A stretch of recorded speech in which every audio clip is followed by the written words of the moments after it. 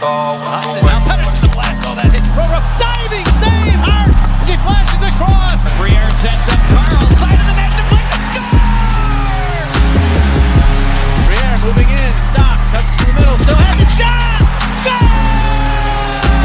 Here's Hughes giving it across. Oh, it's right out. Save by Maher.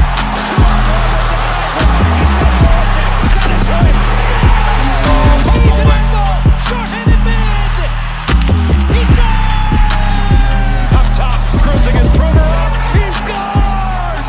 Ivan Provorov!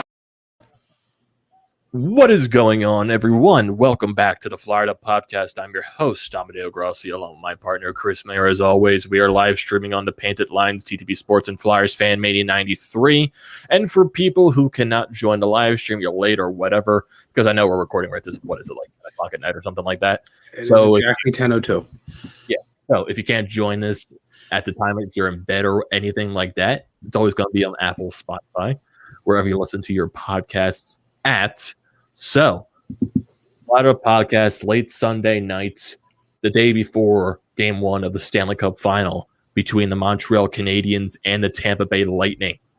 Wow, just getting to this point, I definitely know a lot of people's brackets are definitely broken. It definitely feels like 2019 all over again, where literally no first-place team made it past the first round of the playoffs that year.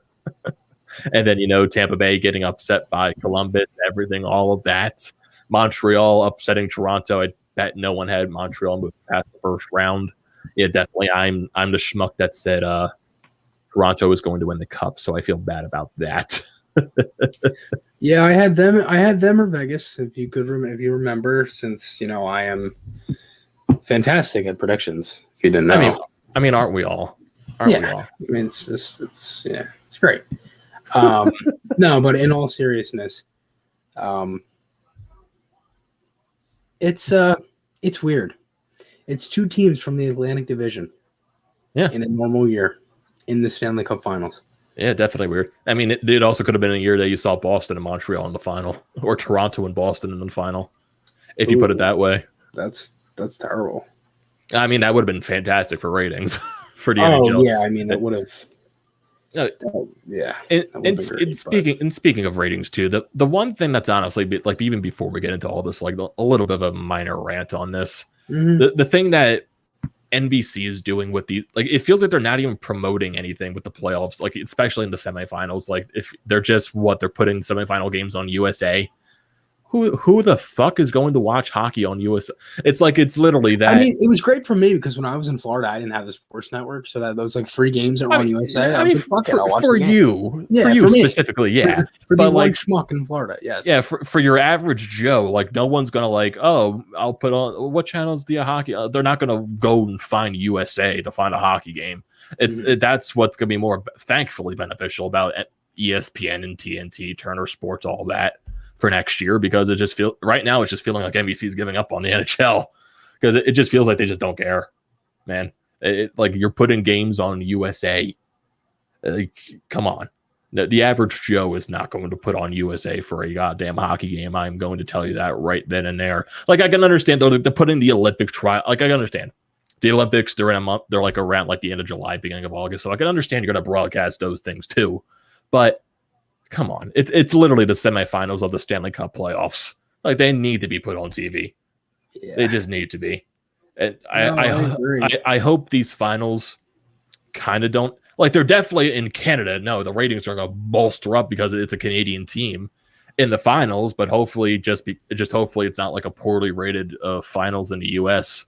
I just hope, because this is definitely going to be a very fun matchup indeed. Because you got Tampa Bay Lightning, second year in a row in the Stanley Cup Finals, Stanley Cup champions last year, looking to repeat, and Montreal just going through their entire story this season. Just no one expected them to beat the Toronto Maple Leafs. They were down 3-1 in that series. Everyone counted them out immediately. They won that series coming down from 3-1. No one expected them to beat Winnipeg. They swept Winnipeg. No one expected them to beat Vegas, and they shut down the top two lines of the Vegas Golden Knights. Mark Stone had no points. Marcia Show had no points. Like, that entire Patch Reddy had one goal that series. Carlson didn't really have that much. Montreal shut them down. and Carey Price. Honestly, this could also be a thing too, because would you agree with this, Chris? Because regardless who wins the cup, do you think Carey Price is going to win the Conn Smythe regardless, just because of what he has done for Montreal on this run? Could be like that J.S. Seguer. Yeah, that's what, or Hackstall, what he did for the Flyers. I guess it depends on what happens in the final, would be my guess. I think that definitely added to it. I mean, Jaguar was fantastic in that final, too. So, I don't know. It's a great point. It could. The thing is I don't necessarily like. What is that voted on? Is that media? I think it's the press that votes on the Conn Smythe. I think it's that. I don't think it has any fan implications. I don't think it has any player implications. I think that is strictly media based. The Conn Smythe Trophy, if I'm not mistaken. Yeah, that's I could be wrong on that, but that's what I was thinking too. But I don't know. I mean, I think for the most part,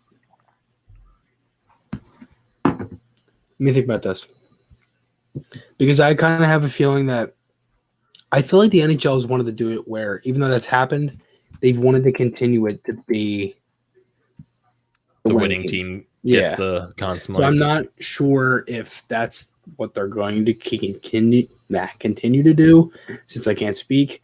But I have no idea, if I'm being honest with you. I would love to see it. I think it would be awesome. I think it would help a lot of the people that don't necessarily think Price is a good goaltender anymore. I think he's clearly shown he's still probably the best goalie in the world. Yeah, he has. He's been flat out fantastic. And like this finals is going to be the best probably goaltending matchup you'll ever see in a while. Vasilevsky versus Carey Price, basically the two top goaltenders in the NHL, two top goaltenders in the world. Vasilevsky running with the new generation of goaltenders, and Carey Price with the older generation of goaltenders. Two of the best of their generation at this point. It's going to be a fan, but going with Tampa Bay, like just talking about what they've been through. Last year, they won the cup, probably one of the hardest cups to win in the bubble. Beat the Dallas Stars, and they finally got over their hump, and they finally won a cup. And now, basically, this roster. And honestly, too, this could, because I was listening to Hunter Brody and Kevin Durso doing their open ice hits, and Durso brought up a nice point about Tampa Bay, talking about, honestly, with this roster that Tampa Bay has put together right now, this could be possibly the last chance that they have with some of these groups of guys, because if you look at Tampa Bay right now, they're 14 million over the cap, 18 million over the cap. They're definitely going to have to shed a good chunk of salary going into next year to get under that cap threshold. Yeah. So there's going to be some good names lost. You never know for Tampa Bay. That's why I've always brought it up on a Flyer standpoint. Tampa Bay might be a nice team to negotiate with just to get some guys on this team, because they're definitely going to have to shed a lot of salary. I'm not sure if they're going to want to lose certain guys, but I know there aren't many Lightning fans that, I guess you could say, I think there's probably some guys they'd probably go away from. I know Tyler Johnson's one that doesn't seem like he's necessarily loved by Lightning fans. I can't see them really getting rid of anybody else. Maybe Pat Maroon if that doesn't work out, but that's a cheap contract. I feel like they're going to have to lose someone on the blue line. I feel like a guy like McDonough could be an option that they lose. It's like I'm not sure like that's the obvious thing. I just had that gut feeling that he might be one of those guys that they're forced to get rid of, because they're not going to lose Hedman. That's like their top defenseman. They're not going to try to get rid of him. He's staying at Lightning for the rest of his life. Yeah, Sergachev, they just signed him last year after the final, so they're not going to want to lose him. That's why I think a guy like McDonough could be a guy they lose. Honestly, if you look, maybe a guy like Palat, maybe that they lose him on the forward core. Like you said, Tyler Johnson, his $5 million cap hit.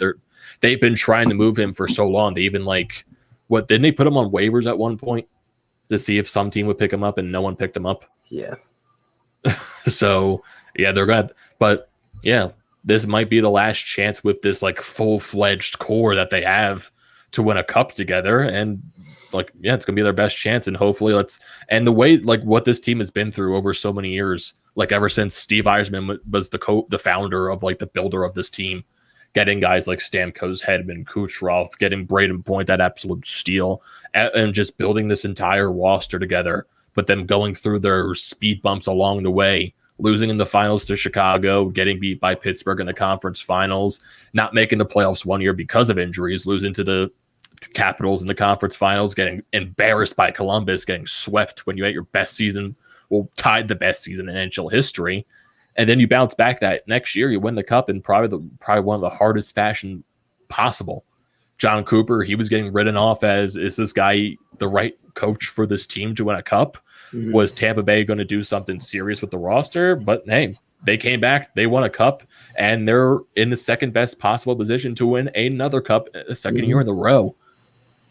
And that's why I stress not to panic and not to get upset when one season goes wrong, because we look at all these teams that have won cups recently, and you can go through probably the last 10 years of every cup winner, and you could sit there and you pick out all of the years of the misery they had before. The Penguins of having all these deep runs, not quite getting it done, missing the playoffs sometimes. Then they went back to back. The Capitals for how many fucking years were the Caps that good? Obviously, you just mentioned Tampa Bay. The Kings, they were two teams. I mean, Chicago was terrible beforehand, total rebuild and everything. They were bad in the 2000s. Right. They were really bad in the 2000s. Mm-hmm. So it is what it is. It makes me think, like, I really don't know how to take this final, because now I've been watching a lot of this stuff with just the way that the Habs have been playing and the way that they shut down Vegas at times and how good Price is. If they do that against Tampa Bay, I don't think Tampa is. I mean, it's one thing if they it's one thing if Vegas can't score goals, but if Tampa can't score goals, it's like, you know what I mean? So I don't know how that's gonna play out for Montreal if they're able to continue that. I would not be surprised if they win game 1 or game 2, if they win both of those. But then again, they pretty much got their tires pumped in game 1 of that. That was the only game of that series they did not look like they had no business winning, that game and game 3. The game where Fleury messed up. I want to get your opinion on this. Do you think that was a stupid decision by Vegas to take out Fleury and put Leonard in after one mistake, after how good he's played? I get it, it's the playoffs. That's also the thing, because Fleury, over his career, even like going back to Pittsburgh, when you get into his head, it's hard for him to find his place back. Because remember the 2012 playoffs against the Flyers, he was flat out terrible that series. He was letting in bad goal. I know the goaltending on both sides of that series was terrible, but Fleury was just on another level of bad. Right. Honestly, if you go through Fleury's entire Pittsburgh career and then look at his numbers with Vegas, his numbers in Vegas flat out destroy what he did in Pittsburgh. He's a 10 times better goaltender. It does feel like he gets better with age, but he's like a 10 times better goaltender than he was in Pittsburgh, and he put up good numbers with Pittsburgh. I think this is this the first year that he's a Vezina nominee in his career, because he's never won a Vezina before. I'm not even sure if he's ever been a finalist for a Vezina. I think this is the first time in his career that he's been a finalist. I could have sworn the 14-15. Let me look. I think it was 14. Give me 1 second. I can find this. Yeah, the only awards in here are the 3 cups and the Jennings Trophy. Yeah. But I know the 1 year, 14. Yeah, 14-15. He had 9 shutouts with the Penguins. Or sorry, wait. I'm sorry. 10 shutouts. He was 34-20-9, 2.32 totals against average, and 9.20 save percentage. That's one of the best years he ever had. Was he a Vezina finalist that year? I'm trying to figure that out right now. Because it honestly should say that on Hockey Reference. It'll say what place they finished in Vezina voting, and that's something that usually pops up. Oh yeah, I forgot. Yeah, Price won that year because he won the Hart and the Vezina at the same time. It was Dubnyk and Rene. Oh, I forgot about Dubnyk. He was nominated for a Vezina once. That's one of those oddballers. Dubnyk was really good, yeah. Oh yeah, when he got traded to Minnesota and he was just flat out unstoppable for them. I forgot about that. But yeah, I wouldn't say I disagree with it per se, just because Lehner came in the next night. He won the game for them. He played very good. Honestly, I would have argued maybe you keep Lehner in there for the next game, Game 5, because Lehner played so good. But I can understand going back to Fleury because Fleury just played fantastic for you the entire season, and he was one of the main reasons you're up to this point in the first place. So I understand both sides of the argument. You ride the goaltender that just won you your last game, or you ride the goaltender that's mainly the reason you got to that point in the first place. So it's pick and choose at that point. In the end, I guess I know Lehner did play Game 6 for them. He played fantastic too. It was just Vegas just can't score. Yeah. Vegas's top two lines just could not score at all. Like Mark Stone was shut down. Like Marcia Show was shut down. Carlson was shut down. Pat Giretti only got one goal. Like Montreal did a fantastic job of shutting those guys down. And just for looking at Montreal too, like just the contributions that they're getting from all throughout the lineup, their defense, Shea Weber, ever since, like, I know, like, going back to the Weber PK Subban trade, I know there were a lot of people that were saying, oh, Nashville wins this trade automatically. You're getting PK Subban, and then Montreal is getting a Shea Weber that might be closer towards the back end of his career. He's getting injured a lot. He might not be that major of help for Montreal. But then, right, look at how the tides turned. PK Subban been moved to the Devils, hasn't really been good for the Devils. You started to see his decline a little bit. And Shea Weber, yeah, there have been instances where he's been injured, but look at the veteran leader. Like, he's definitely not the, I would say, top 10 defenseman, top 5 defenseman that he was like a couple of years ago when he was on Nashville. But he's definitely that leadership that he's bringing to this entire team. It's one of the best. He's been a great leader for that team, and just still looking at the contributions from throughout the lineup, the veteran leadership, guys like Corey Perry that a lot of people write off for his age and say that he's in a decline. He was in he's going back to back now, Cup finals. Yeah, he's in the finals last year with Dallas, and then look at guys like Eric Stahl, who traded out of Buffalo, went to Montreal, and then there you go, a great veteran leadership, and also I'd say the perfect leadership possible for Montreal. Eric Gustafsson traded from the Philadelphia Flyers, and he's not an everyday defenseman. He's playing, I think, 9 minutes, and he wasn't a mainstay when he was traded there. He barely got any ice time when he got traded to Montreal, but during the playoffs, I think he's playing around 9-10 minutes a game, but he's been on their top power play unit, and he's been fine for them. Yeah, he's had some hiccups along the way, but what you expected to Eric Gustafsson, and I don't like Eric Gustafsson, but still. And just looking at the young players on this team that have developed into what they are, Nick Suzuki, developing, I wouldn't say a superstar. Traded from Vegas, too. Yeah, traded from Vegas for Pacioretty, and Suzuki is developing into a great two-way player. He is fantastic. Philippe Danault, one of the best two-way players in the game, probably a very underrated two-way player in the game. And then guys like Kakaniemi, he's been a clutch playoff performer for them. I just still laugh at how they actually were close to not playing Caulfield and Kakaniemi. Yes, and how good they've been. Yeah, speaking of Caulfield, how stupid. It's just, oh my god. I don't understand that decision by Montreal. We don't want to play the younger guys. What? Why? Because Caulfield has been amazing for them. He didn't score his first goal until the Vegas series, but ever since then, it's been you can't miss the net, and he's been making fantastic play after fantastic play, making me jealous. And I know, a lot of Flyers fans, every time they see Caulfield scored, is why did we draw? I do that too because 1, jealousy, and 2, I like chaos. So.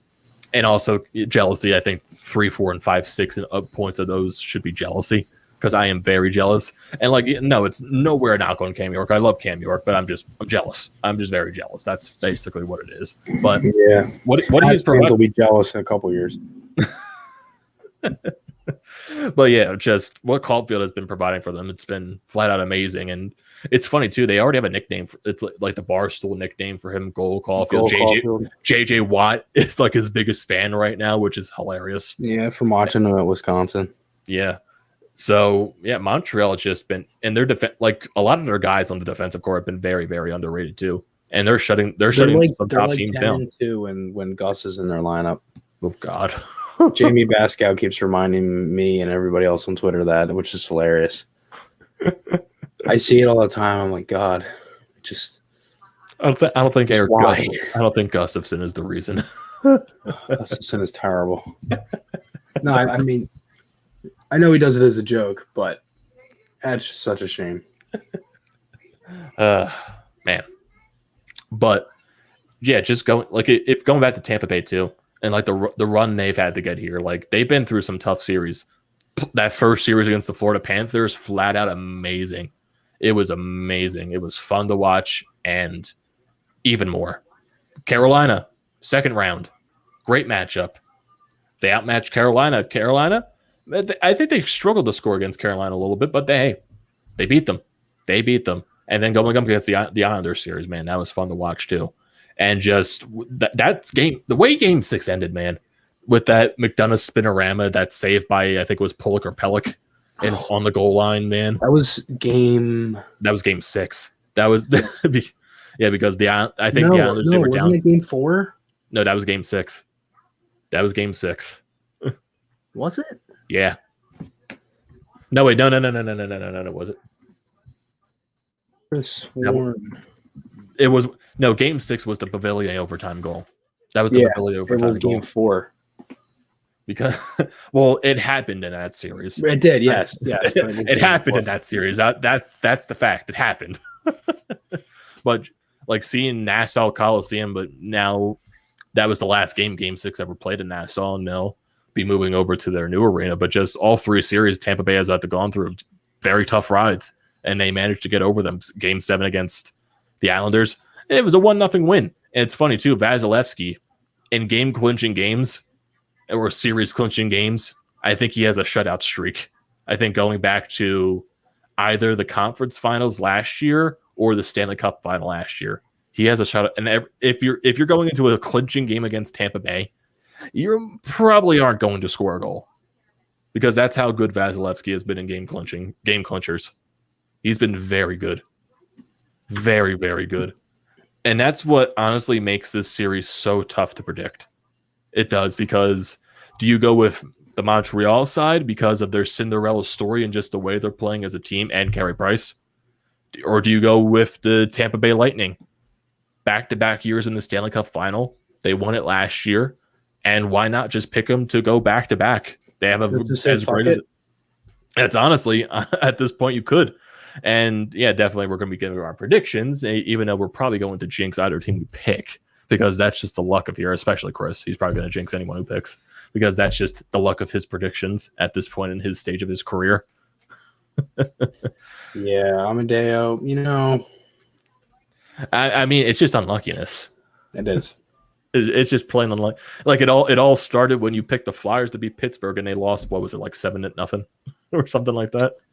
So one of the games I predicted the Flyers would win, I think they lost like 7-3 or something like that. I should just give up. Yeah. I should stop watching hockey. I should just start watching like golf or maybe cricket. I don't know. Cricket. Cricket. That is a sport right there. Cricket. Oh yeah, fantastic.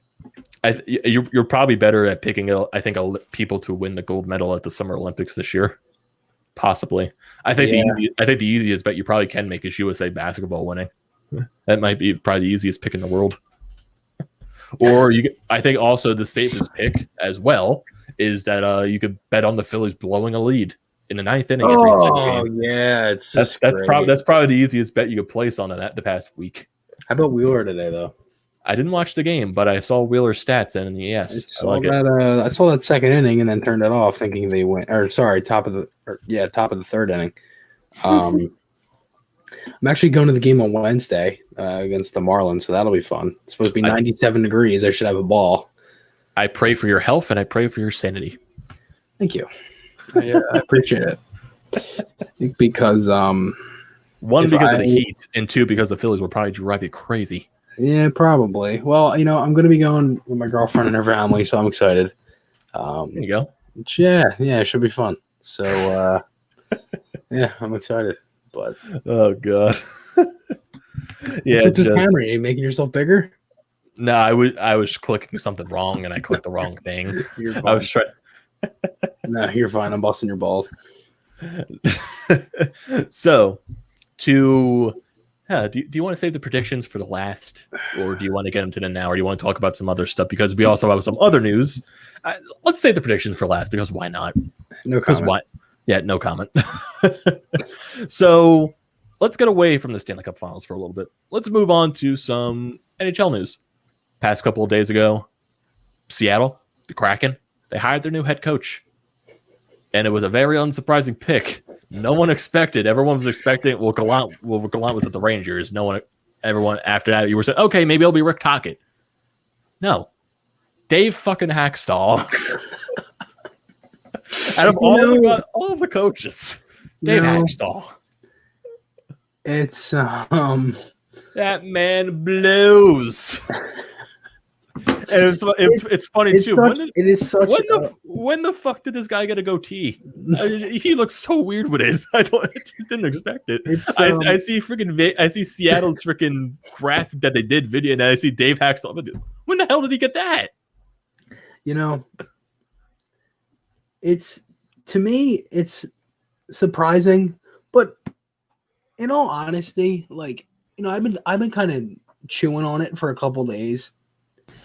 And part of me doesn't necessarily think it's that bad, because here's why.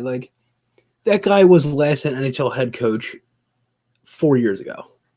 He's had to have learned shit, right?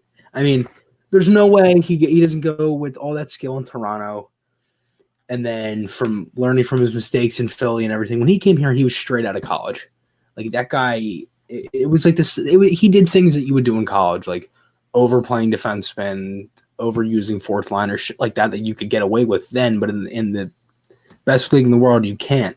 But I will say, in his last game as head coach of the Flyers, scratched Oscar Lindblom for Yuri Laterra. I will say that. But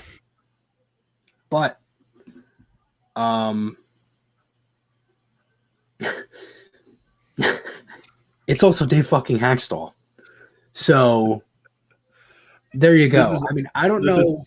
This is also the guy that in today's sports world where analytics are becoming more of a useful topic. Right. This is the guy that also said advanced stats are bullshit. So, and also Chris Tarian also posted a tweet about this that's saying Seattle's advanced analytics are going to be so terrible. Don't expect anything about that. I'm not. Advanced analytics. The one thing I will say is this, though. What? Does this change anything for the Flyers? Because now you have to think to yourself. To me, again, we've said this from the beginning, and I know I have, and I know you've agreed. They need to go into Seattle, the expansion, with whatever list of who they're protecting is their list. You take what you have here, and that's that, and we're moving on, and then they're getting everything that they have to do is going to be done past July 21st. So what does that leave Seattle? I think you have to look at two things. You have to look at how they mold their team. Obviously, the other thing would be how, who the Flyers protect, because that still isn't necessarily 100% because we have no idea. Do we know when that comes out by any chance? Is it the day of? I think it's before? It might be the day of. It might be a day or two before the expansion draft. I think it's usually a couple days before. I think last time with Seattle, it was a couple of days before. But to go on that point, it's I think it's a yes and no question to how it might affect the Flyers. Because, Hackstall might have some insight on the Flyers, maybe who to pick, because he's familiar with a lot of the players on the roster because he coached them not that long ago. Right. Yeah, maybe he. I mean, a lot of influences the Ron roster is Francis. different, but some of those guys that they had brewing up in, Lehigh Valley at the time, or with the team now and stuff. So, or even the guys that they're most likely going to expose, like you got Gostisbehere, you got JVR, most likely you got Voracek, most likely Haig. Voracek, Hag. So maybe he does entice NAK. Ron Francis. Maybe he does entice Ron Francis in Seattle to maybe pick someone, but then also at the end, it is Ron Francis's decision on what he wants to do with the team and how he wants to build it. Right. So and that's the thing, because I think if they go with like a Vegas mold, I think Robert Hag's a perfect fit.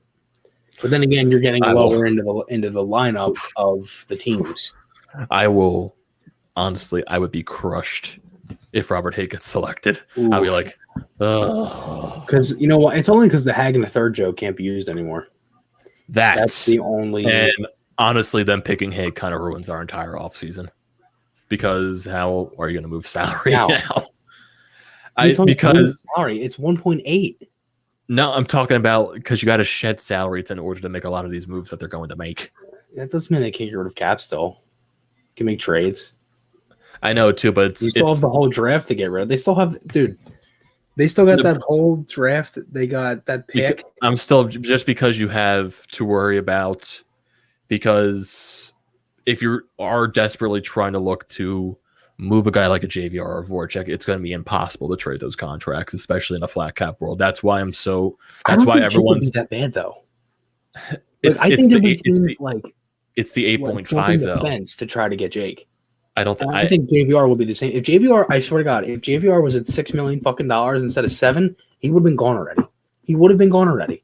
The extra $1 million is like, because you look at age, and you're like, I don't know. That's why I think people are not going to want to trade for those contracts. Yeah, dude.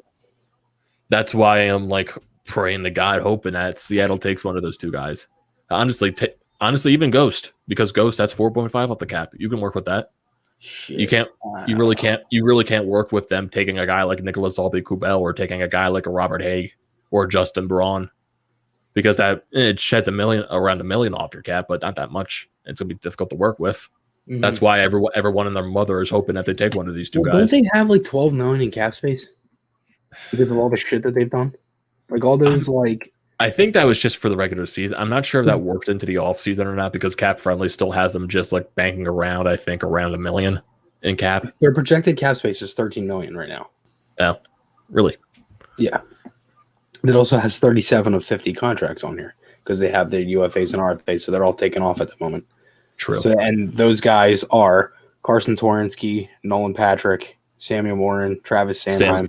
Sam Elliott, Hart, Travis Sanheim, Lyon, yeah, and that's it. So that might also be factoring. That might also be factoring into those guys not being signed. That cap space. That's what it is. It's 37 of 50 contracts, or that are on here. They had like 48 of 50, like 49 at one point. And that was that after they signed Jackson Cates, I think, around that. Could have been. But, like, they have all their picks for this year. They have all of their own picks in rounds 1 through 4, 6, and 7, and then they have Vegas's 5th. And they traded what did they get the Vegas pick from? I honestly could not tell you that. I think I know. I think if you go on Cap Friendly, it'll tell you how they got the pick or something like that. If you like hover over it, I think might be how it was the Raffle trade. That pick was Vegas's. That 5th was Vegas's 5th. Oh, Washington. Okay. Yeah, that was probably the Stevenson trade. Got that. That's probably what that was, unless it was like you take a 5th, we'll give you a 5th if you take Schmidt or something. Yeah, that's probably not what it was. I'm also wondering too, what was wasn't Gustafson's move? It was a 7th. Wasn't it a conditional 7th though? Like, what were the I thought it was a conditional 7th. That's a great question. Is it like he has to play like a certain amount of games, or is it like something that Montreal has to re-sign him or something like that? It's like if the Canadiens win the cup, it's becoming first. I would love that if that was the possibility, but I highly doubt it. if that's like Marc Bergevin, like, okay, it's you be smart and you be probably smart because okay, your team just won the cup, so okay, this first round pick is probably useless to your factor. But wait, the 7th. That was last year. They had the 7th, the Canadiens, right? I think so. I know there was like so many years in a row where the Flyers would like consistently swap 7th. Well, they have the Flyers 5th for this year, and that's from the Nate Thompson trade when the Flyers got Thompson last year at the deadline. Yep. I know there's a conditional 7th in there somewhere for Eric Gustafsson. I'm not sure if it was. Is. It's the Flyers one, but it's not letting me click on it. Yeah. Maybe you could probably just look up the trade too. That might be. That would probably be smart. Let's but see. Trying to figure out what the condition is on it. Eric Gustafsson trade, Montreal Canadiens trade. Okay. Okay, let's see the trade. I've had this computer for so long, and I still have barely any idea how to use it. It was just it's in 2022. There you go. Oh, it's not even it's just a 7th round pick, no conditions or ever. It was a 7th round pick for next year, and they retained 50% of the salary. Okay. So there you go. That's the Eric Gustafsson trade for you. There you go. Yep. So honestly, bring up a funny point here. So if you're going by Flyers logic, and people that leave the Philadelphia Flyers organization go on to win Stanley Cups. So Jeff Carter, Mike Richards did, Simone Gagne did, Braden Shen did, Luke Shen did technically in Tampa Bay. Coburn. And do you think Hackstall's going to win a cup with Seattle in the first couple of years before the Flyers do? The amount of urge I have to hit leave studio at this moment. No, I'm kidding.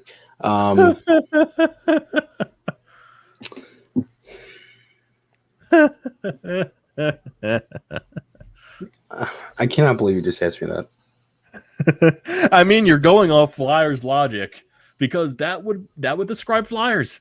A coach that was royally hated here, and rightfully so, honestly. But he goes on and wins the cup with an expansion team. That would honestly be a major kick in the balls. What a kick in the teeth to Vegas too.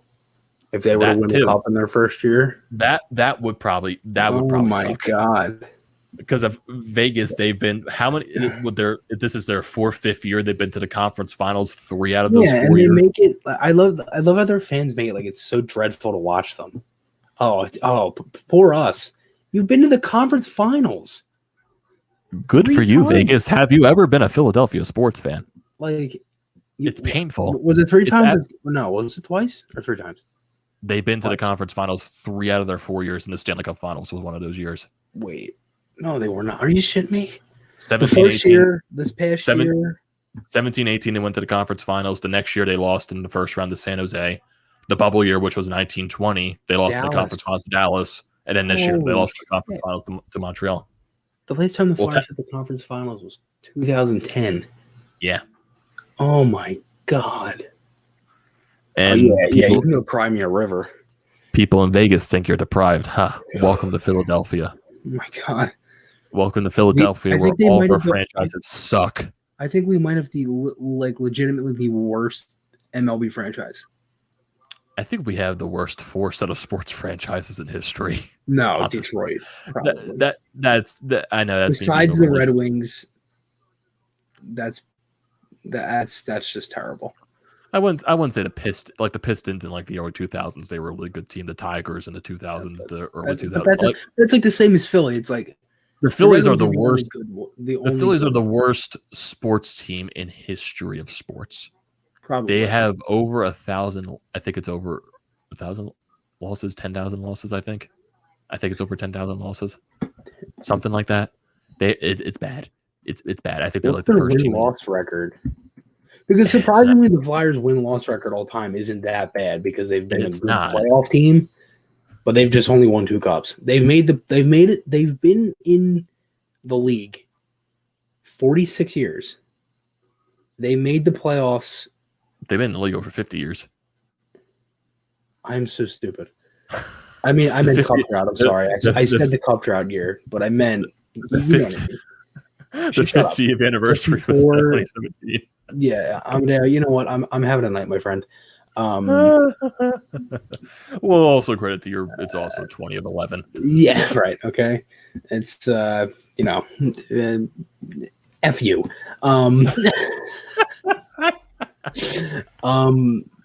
Like, you know what?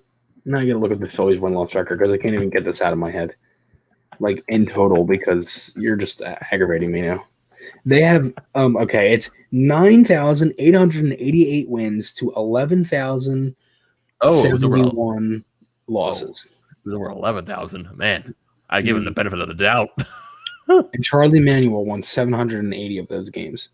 Yes, because Charlie Manuel was our best manager in the history of the franchise. Yeah. They're just because terrible. He was the manager of probably the most successful stint in Phillies history. I know we're getting way off topic, but you know what? I don't care. They had some unbelievable years though for a while. They did. In the 80s, they were a good playoff team in the 80s. Then they eventually died down. They went to the World Series in 93.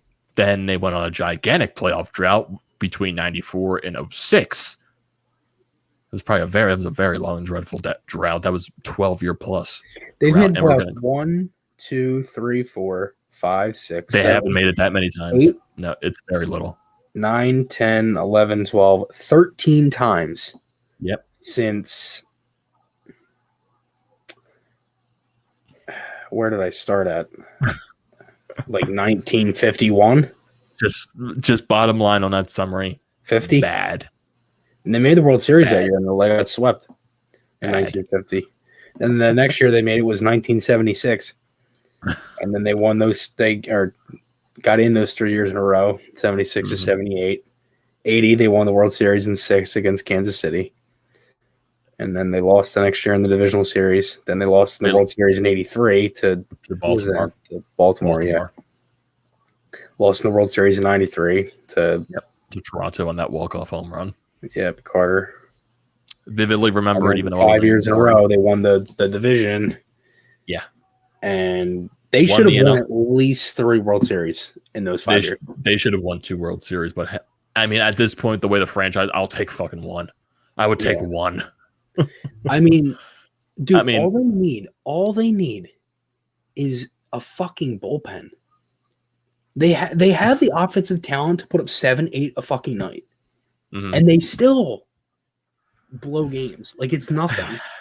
It's like you have one game where the pitching. I don't know what to tell you, man. And then the bats go fucking silent. And then you have the next game where they're putting up, as I just said, 7, 8, 9, 10. Put up, 17 against Cincinnati? And then the pitching, and then the pitching is all over the place. It's like, my God. Yes. They blow, okay. Why is Neris still the closer? Like, why haven't they switched that? I don't know, and I don't care. Because the Phillies just don't entice me to watch them. I don't get pumped to. I'm gonna go watch the Phillies. No, I don't. I mean, I can't. It sucks too because they're the only Philadelphia sport playing. That's what sucks. That's the bad thing. Yeah, and then but that's the thing. It's like when the Phillies win, everybody's happy. You know what I mean? Because they suck. Honestly, I'm not even happy when they win because I know at bottom and they're not a good team. I just can't because you'll have Phillies now. When the fall rolls around, you'll have the Eagles, and you know that season's going to be so bad. We have no expectations for them. The Flyers, honestly, coin flip at this point. History will tell you over this past decade they'll make the playoffs because, they miss. But you never know. And the Sixers, by God, hopefully they get Ben Simmons off this goddamn team. And that's all I'm going to say from there. But I think it's time for, without further ado, to get into our predictions. So, Chris, I'm ecstatic. Woohoo. So let's get right into it. I want you to give your prediction on who's going to win the Stanley Cup. Is it going to be Montreal or is it going to be Vegas? You mean Tampa? Yes. You said Montreal or Vegas. Okay. Yes, I know what I said. I think I'm going to go with Vegas. You're Because gonna go I have no chance of being wrong. Okay, Vegas. but actuality, Montreal or Tampa Bay? I think Tampa Bay wins in 6 games. You think Tampa Bay is going to win 6 games? If they could score on Price, they win. Okay. And that is Chris's prediction, folks. He's going with the Tampa Bay Lightning. Who are you going with? So, I can already tell by your shirt. Ladies and gentlemen, as soon as we join this podcast, I look at him, I say, do you have a fucking Canadian shirt on? I wanted to grab him through my computer and just punch him and then throw him back. Like those things in Disney, just like. Because we also have a couple of comments here saying John saying Tampa Bay Lightning is going to win the cup. And he also threw a point in there earlier saying the Leafs might not even make the playoffs next year, which I don't believe. So, yeah, I think it's kind of obvious from where I'm going with this for my prediction for the Stanley Cup final. But I am going with the good old Montreal Canadiens. In how many games? That's tough. Eliboo. Sweep? That's what I'm going with. Eliboo. I'm not saying not sweep. No way in hell. Habs in a sweep? Why not? No. That'll probably be like. When was the last sweep in the Cup final? The Caps, or no? When the Red Wings swept the Capitals. Could have been. I honestly don't remember. 98. Did the Red Wings sweep the Hurricanes though? Did they sweep the Hurricanes or did they? Yes, they did. So it might have been that final. So it was 2. It might have been. It might have been that final. Because 03 was in 7, 4 was in 7. 5 there was none. 6 was in 5. 6 was in 7. 7 that was in 7. Was in 5. 8 was in 6. 9 was in 7. 10 was in 6. 11 was 7. 12 was 6. There hasn't been a sweep in a while, and I don't think there's going to be a sweep anytime soon. The only one that was 5 was I don't think there's been a 5 in a recent history. No, the Capitals. 5 was the Kings too. The Kings as well. They beat the Rangers in 5. They did, yeah, and the Caps beat, and also the Capitals. Yeah, they lost the first game. They won 4 straight. Yep. So, in terms of games for Montreal, I think regardless, this series goes 6 or 7. I don't see any team winning this in 5 or a sweep. I just don't. Both of these teams are too good to lose in the 4 or 5 games, in my opinion. Yeah, I'm going 6 or 7, and I'm going to Montreal Canadiens just because everything for them has gone right, and I think this is the Cinderella story that actually ends with the perfect ending for them. And also, it'll be nice too because Canada finally gets their first cup since '93. I mean, it's been overdue for Canada at this point. Yeah, I know, Chris, because you despise Montreal, so I know, but I'm hopping on the only Canadian team I don't like that. Like I'm hopping on the bandwagon. I love the way Montreal plays. I love their mix of group of guys. I love Carey Price. I just think with the way they're playing, I think it's their ear. I just think about the T-shirt too. Look, explanation. I had a $50 gift card that I needed to use, so I went, hey, let me look through these final 4 teams. Had a nice Cam York Flyers T-shirt. I'm not buying a Cam York Flyers T-shirt. Why not? No. Not right now. I love Cam York, but I'm not going to buy his T-shirt right now. But I look for these final 4 teams. T-shirt that I wanted. Vegas, I already have 2 shirts because I've been to Vegas twice, so no thank you.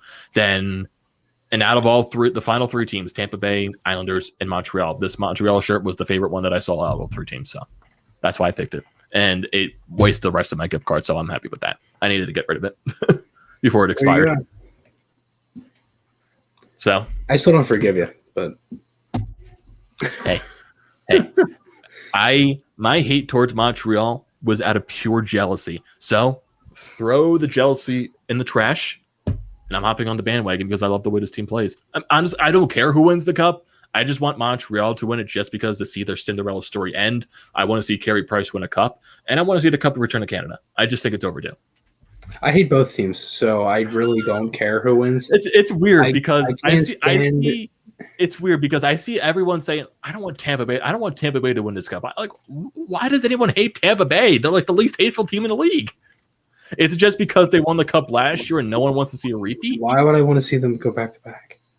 I like seeing teams go back to back because it's a rare oddity. I know Pittsburgh did it a couple of years ago, but still, I still think it's a rare occasion that it's going to barely happen again after this. It is. It's just I want to see different faces win the cup, not the same team when they're $18 million over the cap. I mean, hey, like, it's like I get it's a rule, and I'm not going to bitch about it being a rule, but like, it's kind of fucking stupid. I don't understand why it's a rule in the first place. It's not even a rule; it's a loophole in the CBA, right? that they're abusing, and hey, that's definitely going to be brought up next contract CBA negotiations, without a doubt. So they can go in and change the CBA if they wanted to. I don't think that's going to happen. It's not going to. What they could if it becomes that drastic. Because the one thing you got to think too is you got the Olympics coming up next year. You have the Olympics in 22 and 26, which is great because the Olympics in 18 were okay for hockey when you would watch Datsuk and Kovalchuk against Germany for the Olympic athletes of Russia. But for the other teams, no. No, USA, it was just a bunch of college players. There's a bunch of guys that don't play in the league anymore. You saw Brian Giunta, for Christ's sakes. He's their captain. He was their captain, yeah. Canada, a bunch of guys that didn't play in the league anymore. They're like junior teams or whatever, or they played overseas and they're just from Canada. Right. But I cannot wait to see Joel Farabee on that USA roster. Might happen. You never know. Will Carter Hart be on the roster? I think maybe he's too young for that. Maybe when he gets closer towards his prime, I think. Maybe third string. Maybe third string. It just depends on how everything goes because there's just two good goalies from Canada. It's going to be Price and Hellebuck. Isn't Hellebuck an American? I think Hellebuck's American. I think he is. Yeah, he is, right. So he'll be USA probably. Yeah, and the other USA goalie is.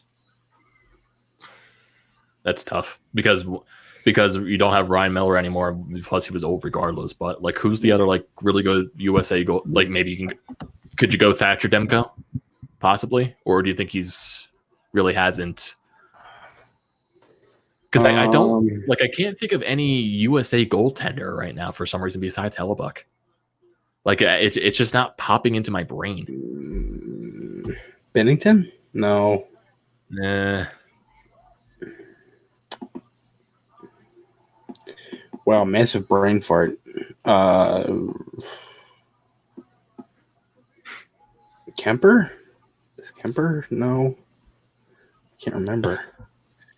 Let's see, like all the top NHL, goalies from different USA goalies. Let's see who play in the league right now. That's giving me the list of active American goaltenders. Let's see. Ryan Miller, he's retired. Jonathan Quick, he's probably on the backstage of his career. Craig Anderson, no. John Gibson, he'll probably be one of those guys. It'll be Gibson, and Hellebuck. There you go. Maybe you could throw Jack Campbell in there as a third stringer with Thatcher Demko. Or honestly, and not Nedeljkovic, he's too young. Yeah, most likely. If you're looking at a team, Connor Delia and Anthony Stolars. Oh God. Oh God. That sounds fun. Oh boy. Well, it is 5 of 11 on the East Coast. We've been doing this for almost 55 minutes, so I think it's the proper time to end this podcast. So we've given you our predictions for the Stanley Cup Finals. Chris has gone Tampa Bay. I choose Montreal.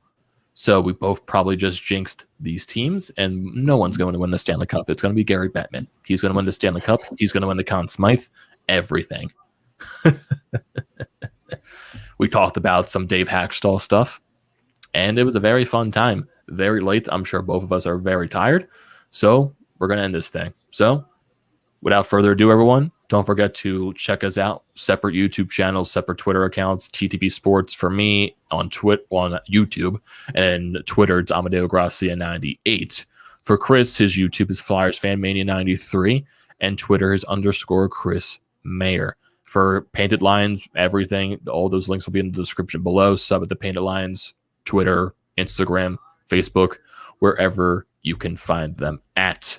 So thank you, everyone, for joining this late edition of the Fired Up Podcast. Let's enjoy the Stanley Cup finals tomorrow. It's going to be a fun time. It's going to be a fun matchup. Let's have some fun watching these games. And let's not get too overly emotional. But, I like chaos. So I'm going to get overly emotional because why not? But hey, thank you, everyone, for joining this podcast. And we will see you next time.